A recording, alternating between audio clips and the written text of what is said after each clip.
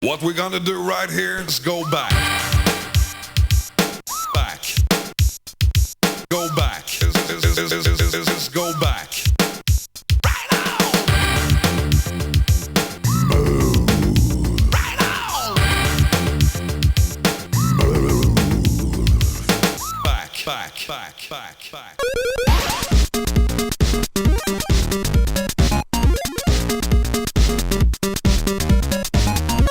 What is happening, guys? Todd here.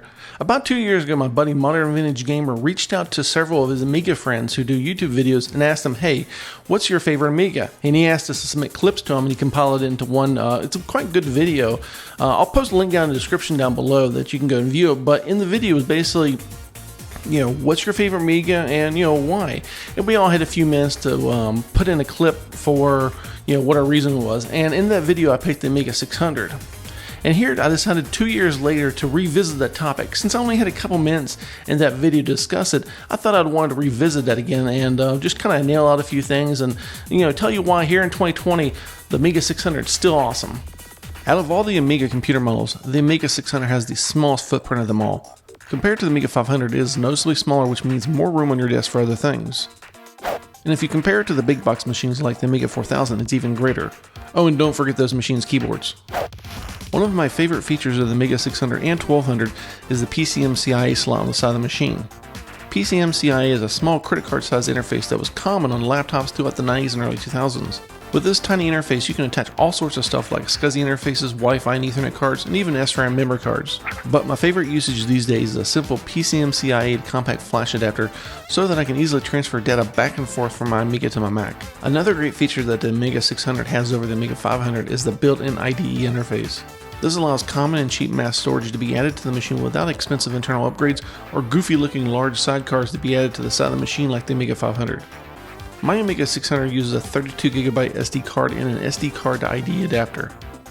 And then that adapter plugs into a Rasport KA47 left angle adapter. This raises the IDE interface up off the motherboard and angles it to the left to clear any accelerators you might have installed. I'll leave a link down below in the description where you can buy one. Back in the 90s, there was nearly zero choice for aftermarket accelerators. Nowadays, you can choose from several offerings like the Vampire 2 FPGA accelerator or the Furia, and can even find some discontinued ones like the ACA 620 or 630. Now, with all the good stuff, there obviously has to be some downsides, and the Amiga 600 has a number of them. Number one, I would say that one of the most key things for a lot of folks is the fact that it does not have a side numeric keypad.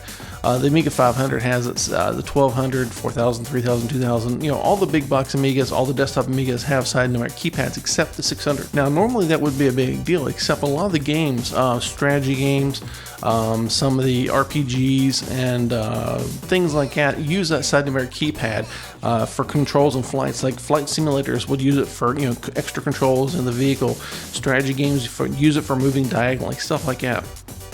And obviously, without those keys, either it's very difficult or you just can't do it. So there's some issues right there. Number two on that list is going to be the fact that it does not have the Amiga 500 side expansion slot. Normally, the 600 doesn't have any internal expansion besides the add-on chip memory in the belly. On the bottom, you can flip the door off and you can put another 1 meg chip in it.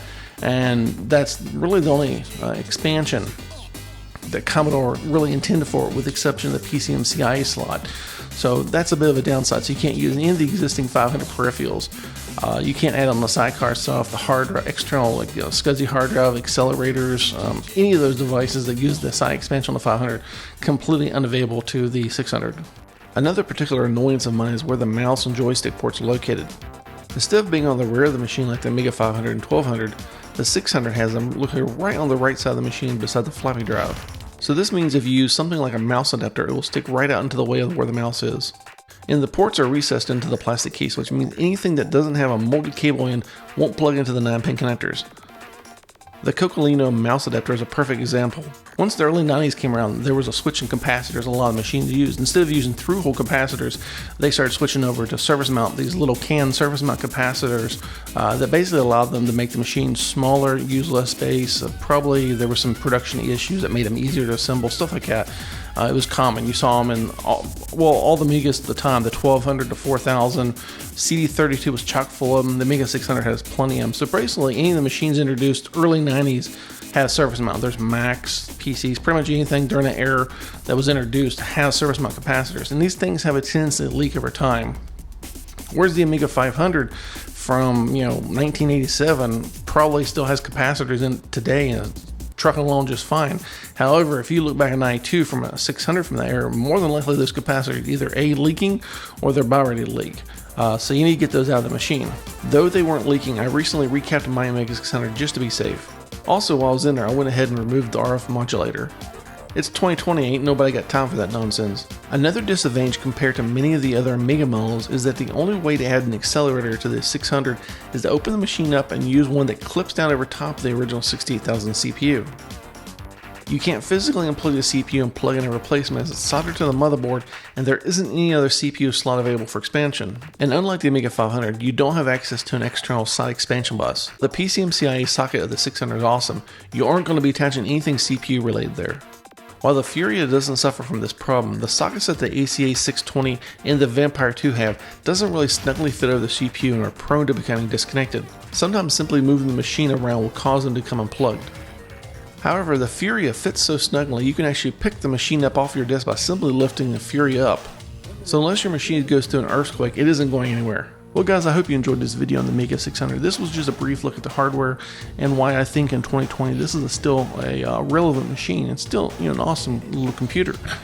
For the folks that think the 500 is a better machine, there's certainly some advantages that machine has. Compatibility, if they're used to using old software that relies on Kickstart 1.3, obviously that's there. The side numeric keypad, that's obviously a big benefit. And if they have a collection of peripherals, side expansion peripherals that use the side expansion bus, then obviously that's going to be advantageous to them. However, if you like color composite video, if you like RF built into the machine without needing any extra adapters, the Amiga 600 is a big benefit. And the fact it has that built-in IDE to boot off of and has PCMCIe for extra storage for SCSI cards, network cards, stuff like that. Those are all advantages the Amiga 600 has that you either can't get on the 500 or can cost you a lot extra money. Well, that's it for this video. If you enjoyed it, please consider giving me a thumbs up, hit the subscribe button, and leave me a comment down below. I'd be very interested in hearing what your favorite Amiga was. Did you like the 600? Are you more of a 500 guy, or are you more of a 1200 kind of guy? I'd like to hear. As always, thanks for watching. I'll catch you guys in the next video.